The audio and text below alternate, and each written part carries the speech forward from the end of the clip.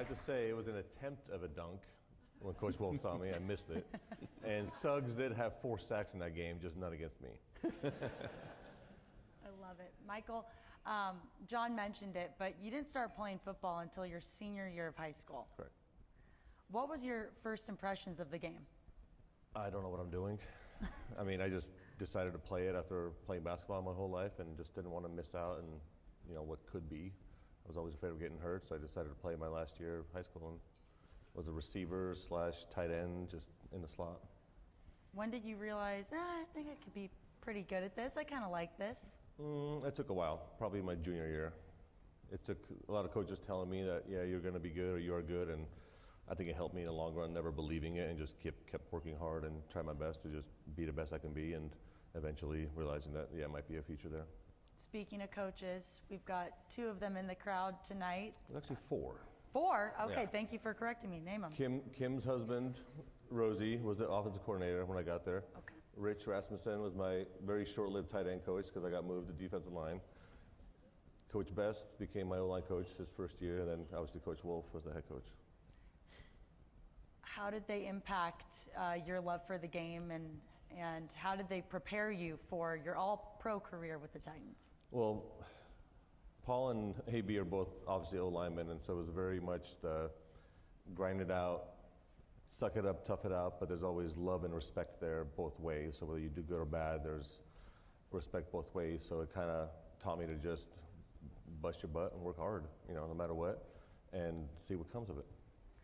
Of all your accolades, what is the significance of being inducted into this Hall of Fame?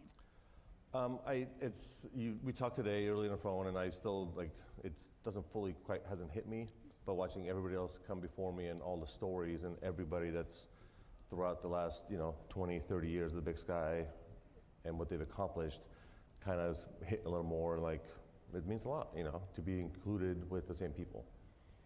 Best memories that you reminisce on the most from your time in Cheney?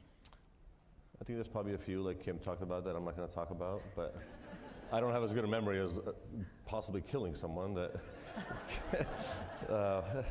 I think our last year of making the playoffs finally, and excuse me, of kind of, I feel like starting what Eastern started the uprise of going to the playoffs and doing that stuff. So our final year for me and my buddies as seniors going to Southern Illinois when they were one of the best teams in the country and bringing this West Coast kind of aired out offense, and they had no idea how to defend it, and kind of going in there and just beating them just lights out. I think that was a great memory.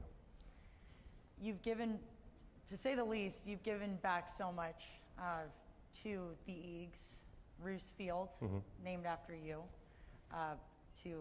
due to a very generous donation and leadership and redesigning the field and amplifying it. Why was that important for you to give back?